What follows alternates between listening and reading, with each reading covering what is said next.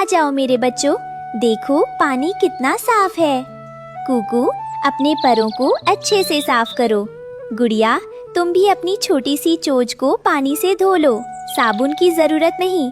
कुदरत का ये साफ पानी ही सबसे अच्छा है। वाह माँ, कितना मजा आ रहा है। ठंडी ठंडी बूंदे, मीठा मीठा पानी। हम तो रोज इसी नल के नीचे नहाएंगे और सबसे साफ सुथरे बच्चे बनेंगे। मेरे प्यारे बच्चों, तुम्हें घबराने की बिल्कुल जरूरत नहीं है। तुम्हारी माँ जब तक तुम्हारे साथ है, तुम्हें कोई परेशानी नहीं छू सकती। इस तेज आंधी में भी मैं तुम्हारे लिए मीठा मीठा दाना लेकर जरूर आऊंगी। जंगल में अचानक तेज हवाएं चलने लगी और आसमान में घने काले बादल छा गए। रानो चिड़िया का छोटा सा घोंसला हवा से थोड़ा हिल रहा था। घोंसले के अंदर रानो अपने दो छोटे और मासूम बच्चों को अपने पंखों की गर्माहट देकर संभाल रही थी।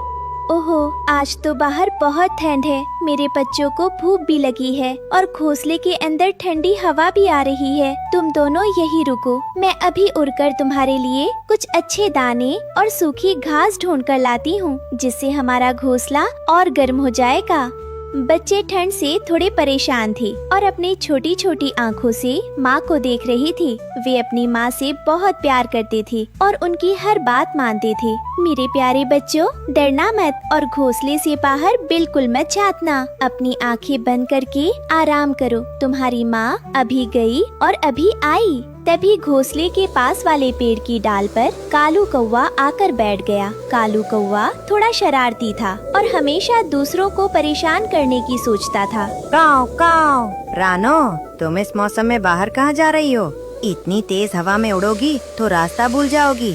चुपचाप यहीं बैठो, आज तुम्हारे बच्चों को खाना नहीं मिलेगा। कालू भैया, एक माँ अपने बच्चों के लिए कभी नहीं थकती और ना ही किसी मौसम से डरती है। मुझे अपने बच्चों की परवाह है, इसलिए मैं तो खाना ढूंढने जरूर जाऊंगी। रानो चिड़िया ने हिम्मत की और अपने पंख फैलाकर आसमान में उड़ गई। हवा तेज थी, लेकिन रानो के मन में अपने बच्चों के लिए ढेर सारा प्यार था, जो उसे आगे बढ़ने की ताकत दे रहा था। वो एक पेड़ से दूसरे पेड़ पर दाना ढूंढने लगी। मुझे रुकना नहीं है, बस थोड़ा सा और आगे देखना चाहिए। मेरे बच्चे घोंसले में मेरा इंतजार कर रहे हैं। मुझे उनके लिए मीठा अनाज ढूंढना ही होगा।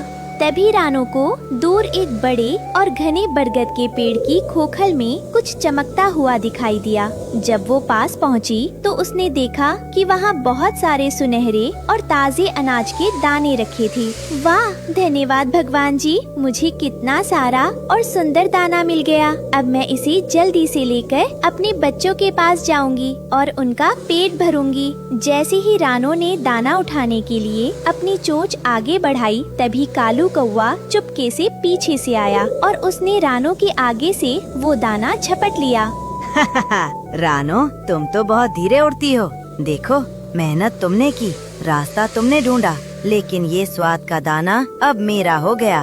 कालू भैया, ऐसा मत करो। मेरे छोटे बच्चे घोंसले में भूखे बैठे हैं। ये दाना उनके लिए है। कृपया मुझे ये दाना वापस दे दो। तुम्हें दूसरा दाना मैं ढूंढ दूंगी। नहीं नहीं, जो दाना मुझे पहले मिल गया वो मेरा हो गया। अब मैं इसे अकेले ही खाऊंगा। कालू कौवा दाना लेकर उड़ गया और रानो बेबस होकर उसे देखती रह गई। लेकिन उसने हिम्मत नहीं हारी। उसने सोचा कि वो दोबारा कोशिश करेगी और अपने बच्चों को भूखा नहीं सोने देगी। कोई बात नहीं, मैं एक बार फिर कोशिश करूंगी। बच्चों की माँ कभी हार नहीं मानती। मैं कालू भैया से बात करके देखती हूँ, शायद वो मान जाए। रानो कालू के पीछे पीछे उड़ने लगी। कालू उड़ते हुए बहुत खुश हो रहा था, लेकिन तभी आसमान में एक बड़ा और समझदार बाज उड़ता हुआ आया। बाज ने देखा कि कालू कौवा किसी का खाना छीनकर भाग रहा है। कालू, दूसरों का खाना छीनकर भागना बहुत बुरी बात है। तुम्हें ऐसा नहीं करना चाहिए। अरे बाप रे, इतना बड़ा बाज! रानो, मुझे बचाओ, ये बाज मुझसे दाना ले लेगा। मुझे माफ कर दो रानो। बाज ने कालू को सबक सिखाने के लिए हवा में एक चक्कर काटा, जिससे डरकर कालू के मुंह से अनाज का दाना छूट गया और वो नीचे गहरी घाटी की तरफ गिरने लगा। कालू डर के मारे दूसरी तरफ भाग गया। दाना तेजी से नीचे गिर रहा था। अगर वो दाना नीचे नदी में गिर जाता तो बेकार हो जाता। रानो चिड़िया ने एक सेकंड भी नहीं गवाया। उसने अपने पंख समेटे और बहुत तेजी से नीचे की तरफ उड़ान भरी। मुझे इस दाने को पकड़ना ही होगा, ये मेरे बच्चों का खाना है। रानो ने हवा में ही अपनी चोंच से उस गिरते हुए दाने को बहुत समझदारी से लपक लिया। बड़ा बास रानो की ये फुर्ती और अपने बच्चों के लिए उसका प्यार देखकर बहुत खुश हुआ। शाबाश रानो, तुम सच में एक बहुत बहादुर माँ हो। अपने बच्चों के लिए तुम्हारी ये मेहनत देखकर मुझे बहुत खुशी हुई। आपका बहुत बहुत धन्यवाद दास जी। रानो चिड़िया बिना रुके खुशी खुशी अपने घोंसले की तरफ वापस उड़ चली। जब वो घोंसले के अंदर पहुंची तो उसके बच्चे उसका इंतजार कर रहे थे। रानो ने तुरंत दाने के छोटे छोटे टुकड़े किए और प्यार से अपने बच्चों को खिलाए। लो मेरे प्यारे बच्चों, स्वादिष्ट खाना खा लो। देखो तुम्हारी माँ तुम्हारे लिए कितना अच्छा दाना लेकर आई है। अब पेट भरकर आराम से सो जाओ। दाना खाकर बच्चे बहुत खुश हुए और चहकने लगे। बाहर की तेज हवा भी अब रुक चुकी थी और आसमान में सुंदर चांद निकल आया था। उधर कालू कौवा भी पेड़ पर बैठा सब देख रहा था और उसे अपनी गलती का एहसास हो गया था। मैंने रानो के साथ गलत किया था। माँ की ममता और मेहनत सबसे बड़ी होती है। अब से मैं कभी किसी को परेशान नहीं करूँगा और सबके साथ मिलकर रहूँगा। मेरे प्यारे बच्चों, सुबह हो गई है। आज से हम सब मिलकर मेहनत करेंगे। मैं तुम्हें इस जंगल की सबसे ताज़ा और मीठी सब्जियां खिलाऊंगी और तुम्हें एक बहुत बड़े स्कूल में पढ़ने भी भेजूंगी। चलो आज का सुंदर दिन शुरू करते हैं। सूरज की सुनहरी किरणें जंगल के पेड़ों पर पड़ रही थी। पंछी चहचहा रहे थे। रानो चिड़िया के दोनों बच्चे कुकू और गुड़िया अपनी आंखें मटकाते हुए घोंसले से बाहर आते हैं। रानो माँ ने आज तय किया था कि वो अपने बच्चों को साफ सफाई की अच्छी आदत सिखाएगी। जंगल के कोने में एक पुराना साफ पानी का सरकारी नल लगा था, जहाँ से मीठा और ठंडा पानी टपक रहा था। कुकू, गुड़िया, चलो मेरे प्यारे बच्चों, आज मौसम कितना सुहाना है। आज हम सब उस ठंडे ठंडे पानी के नल के नीचे चलेंगे और अच्छे से नहाकर साफ सुथरे बनेंगे। साफ रहने से बीमारियां दूर भागती हैं। चीची, माँ, मुझे तो पानी से खेलना बहुत पसंद है। मैं तो नल के नीचे खूब छपाछप करूँगा। और माँ, मैं पानी की छोटी छोटी बूंदों को अपने पंखों पर रोकूंगा। चलो माँ, जल्दी चलो। रानो माँ अपने दोनों बच्चों को लेकर उड़ती है और उस लोहे के सुंदर नल के पास पहुंचती है। नल से पानी की साफ बूंदें गिर रही थी। रानो माँ नल के हैंडल को अपने पैरों से धीरे से दबाती है और झरने की तरह ठंडा पानी बहने लगता है। आ जाओ मेरे बच्चों, देखो पानी कितना साफ है। कुकू, अपने पैरों को अच्छे से साफ करो। गुड़िया, तुम भी अपनी छोटी सी चोंच को पानी से धो लो। साबुन की जरूरत नहीं, कुदरत का ये साफ पानी ही सबसे अच्छा है। वाह माँ, कितना मजा आ रहा है। ठंडी ठंडी बूंदे, मीठा मीठा पानी। हम तो रोज इसी नल के नीचे नहाएंगे और सबसे साफ सुथरे बच्चे बनेंगे। रानो माँ अपने बच्चों को नहाते हुए देखकर बहुत खुश हो रही थी। उसने एक साफ कपड़े से अपने बच्चों के पंखों को सुखाया। बच्चे अब चमक रहे थे और बहुत खुश लग रहे थे। नहाने के बाद रानो माँ ने सोचा कि बच्चों को रोज रोज दाना ढूंढने के लिए भटकना पड़ता है, क्यों ना वो खुद अपने खेतों में मेहनत करे और हरी भरी सब्जियां उगाए। रानो के पास जंगल के पास ही एक छोटा सा खाली मैदान था, जिसे उसने अपना खेत बनाने का फैसला किया। बच्चों, ये हमारी धरती माँ है। अगर हम इसमें प्यार से बीज बोएंगे और मेहनत करेंगे तो ये हमें मीठे फल और ताज़ी सब्जियां देगी। चलो हम सब मिलकर इस मिट्टी को नरम करते हैं। माँ देखो, मैं भी मिट्टी खोद रहा हूँ। मैं यहाँ टमाटर के बीज बोऊंगा। लाल लाल कोई टमाटर। और मैं हरी हरी मटर और मीठी गाजर उगाऊंगा माँ। हम सब मिलकर बहुत बड़े किसान बनेंगे। दिन बीतते गए। रानो माँ सुबह सुबह खेत में आती, मिट्टी को पानी देती, जंगली घास को हटाती और बच्चों के साथ मिलकर पौधों की देखभाल करती। धीरे धीरे उस खाली मैदान में जादू हो गया। खेत में हरी भरी पत्तियाँ, लाल टमाटर, पीले भुट्टे और गोल गोल आलू उगाए। पूरा खेत मुस्कुराने लगा था। देखा बच्चों, हमारी मेहनत रंग लाई। जब हम ईमानदारी से प्रयास करते हैं तो सफलता जरूर मिलती है। ये सब्जियां इतनी ताज़ी और अच्छी हैं कि इन्हें खाकर हमारे जंगल के सारे जानवर सेहतमंद हो जाएंगे। सब्जियां इतनी ज्यादा उगी थी कि रानो अकेले उन्हें खत्म नहीं कर सकती थी। उसने सोचा क्यों ना वह जंगल के बीचों बीच एक छोटी सी सुंदर सब्जी की दुकान लगाए। इससे जंगल के दूसरे जानवरों को भी अच्छी चीजें मिलेंगी और जो पैसे मिलेंगे उससे वह अपने बच्चों को अच्छे स्कूल में पढ़ा पाएगी। रानो ने बांस की लकड़ियों और पत्तों से एक सुंदर सी दुकान बनाई। आ जाओ भाई, आ जाओ, रानो माँ की दुकान पर आ जाओ। ताजी गाजर, लाल टमाटर, हरी मटर और मीठे भुट्टे ले जाओ। एकदम साफ पानी से धुली हुई, सेहत से भरपूर सब्जियाँ। रानो की आवाज सुनकर सबसे पहले गोलू कबूतर वहाँ आया। गोलू कबूतर को भूख बहुत लगती थी। अरे वाह रानो, तुम्हारी दुकान की सब्जियां तो बहुत ही सुंदर और चमकदार लग रही हैं। मुझे 2 किलो मीठी गाजर और एक बड़ा सा भुट्टा दे दो। मेरी माँ आज घर पर गाजर का हलवा बनाएगी। ये लो गोलू भैया, एकदम ताजी गाजर है। इन्हें खाकर तुम और भी ताकतवर हो जाओगे।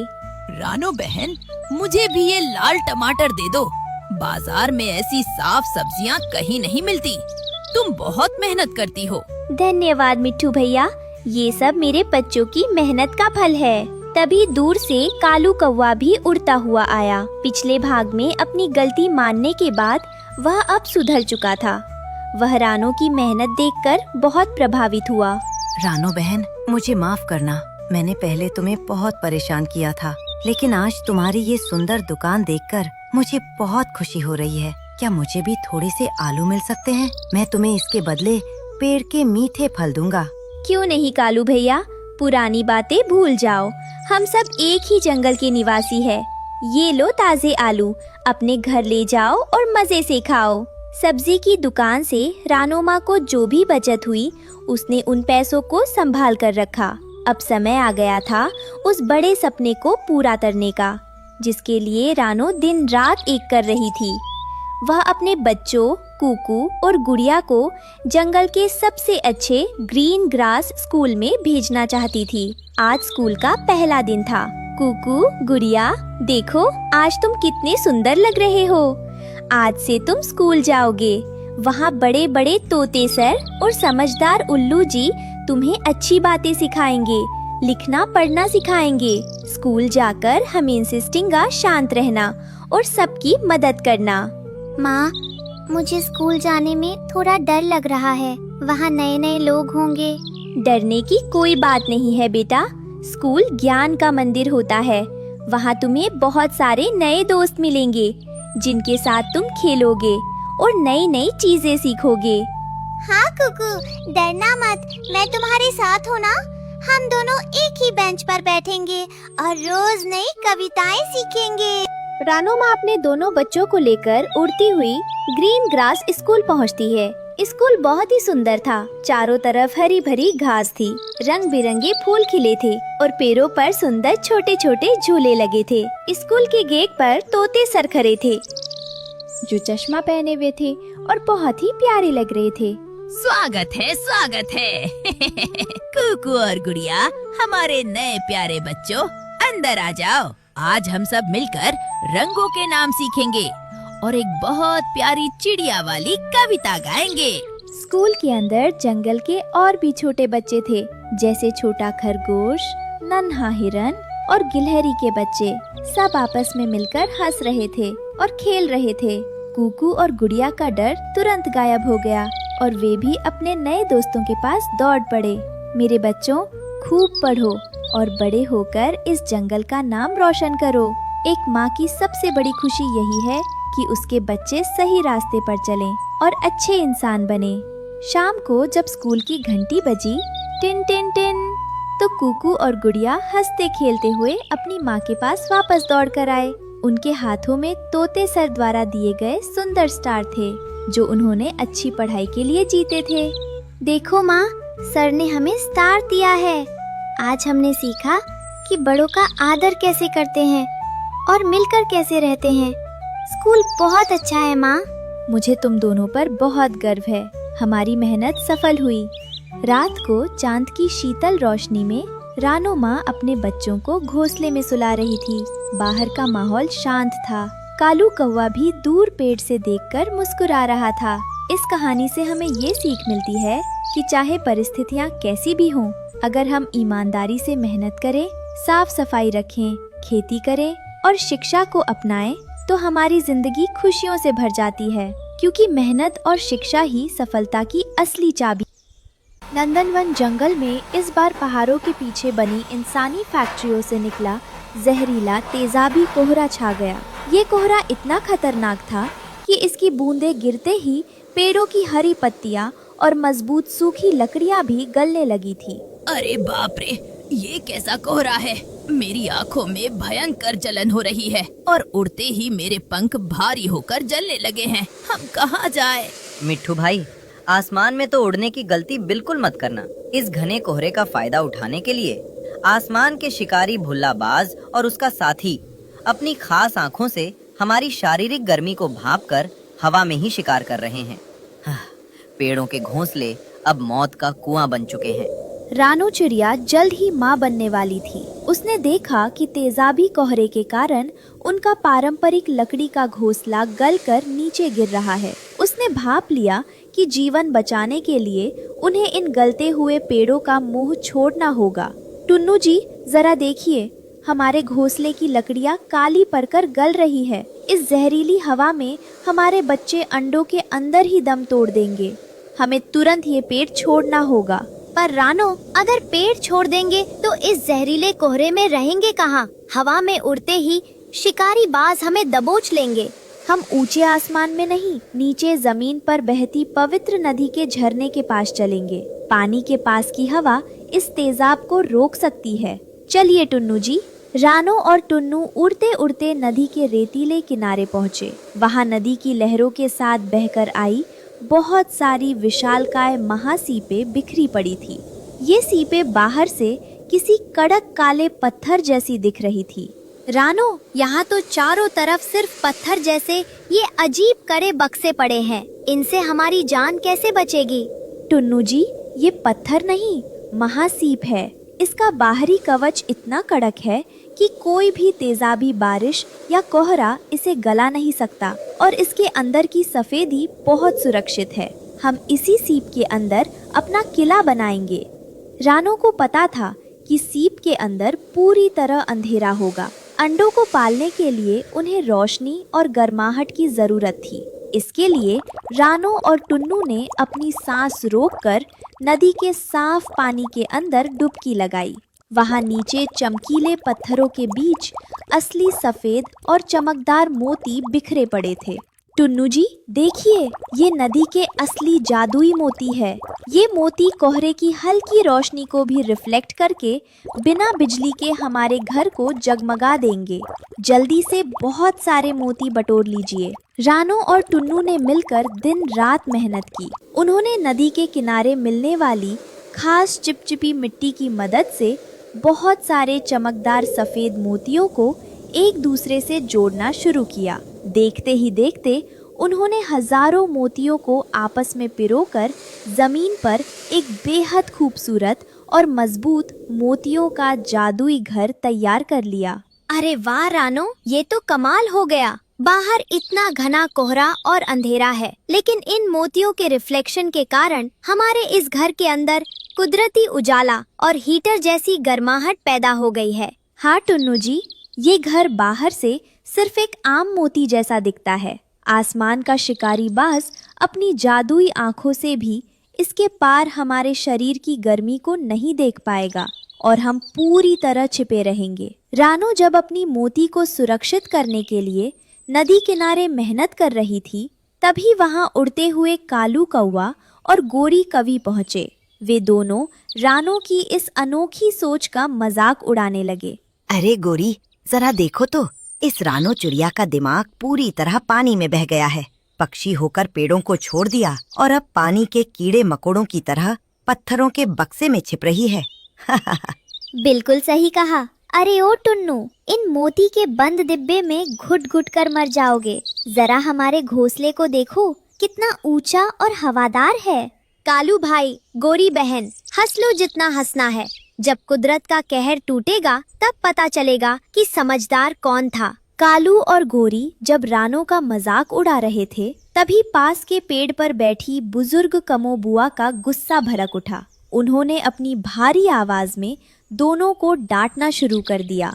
ओए कालू और गोरी, तुम दोनों अपनी ये बकबक बंद करो। पूरे जंगल के पेड़ गल रहे हैं और तुम दोनों यहाँ मुंह उठाकर घूम रहे हो। टुन्नू और रानो अपनी आने वाली पीढ़ी के लिए दिमाग लगा रहे हैं। तुम दोनों की तरह निकम्मे नहीं हैं। धूप और तेजाब में घूमकर वैसे ही कोयले जैसे काले हो गए हो। जाओ, जाकर थोड़ा सनस्क्रीन लगाओ और अपना घोंसला बचाओ। निकलो यहाँ से।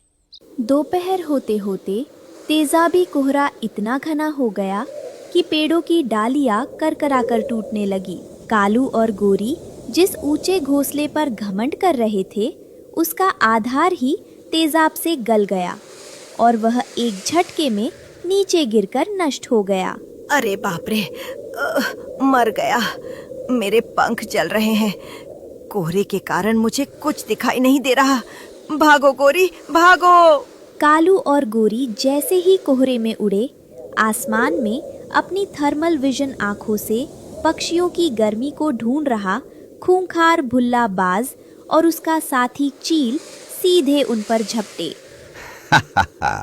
इस घने कोहरे में तुम्हारी शारीरिक गर्मी मेरे चश्मे जैसी आंखों में साफ चमक रही है कालू। आज तुम दोनों उड़कर सीधे मेरी चोंच के नीचे आ गए हो।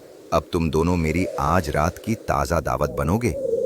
कालू, गोरी, मिट्ठू तोता और बूढ़ा कबूतर अपनी जान बचाकर बेतहाशा नदी के किनारे की तरफ भागे।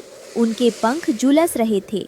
भुल्ला बाज का क्रूर साथी लिल्ला चील तोता और कबूतर के बिल्कुल पीछे हाथ धोकर पड़ा था और उन्हें दबोचने ही वाला था। कहाँ भाग रहे हो मिट्ठू तोते?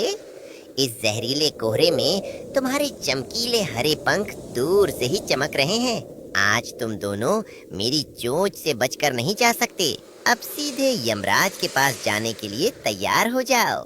बचाओ रानो बहन, बचाओ। ये चील हमें जिंदा चबा जाएगी। ठीक उसी नाजुक मोड़ पर रानो ने अपने मोतियों के जादुई घर का गुप्त दरवाजा खोला। कालू भाई, गोरी बहन, जल्दी करो। सब के सब इस पत्थर जैसी सीप के अंदर कूद जाओ। जल्दी आओ। टुन्नू और रानो ने फुर्ती से सभी डरे हुए पक्षियों को सीप के अंदर खींच लिया और उसका भारी कड़क ढक्कन अंदर से कसकर बंद कर लिया।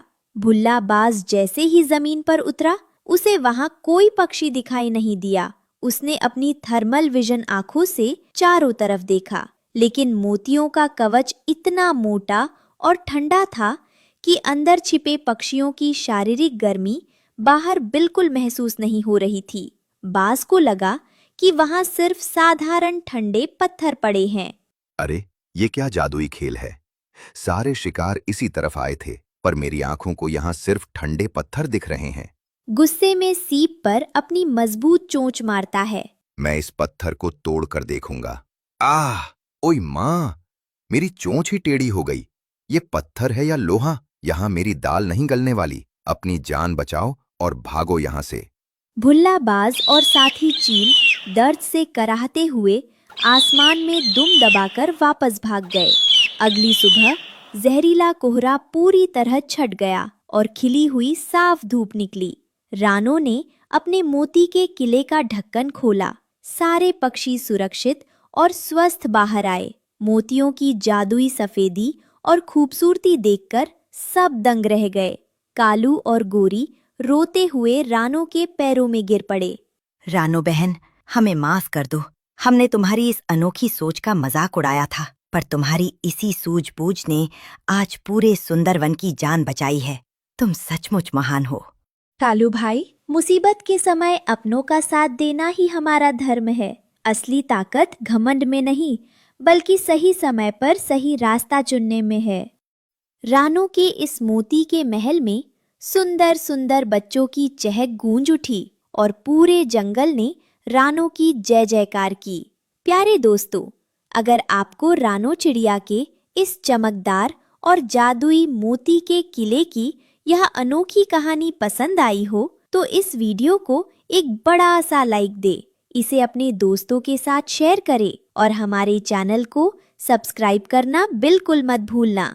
हमें कमेंट्स में अपना नाम जरूर बताएं ताकि अगली वीडियो में हम आपका नाम स्क्रीन पर दिखा सके। धन्यवाद।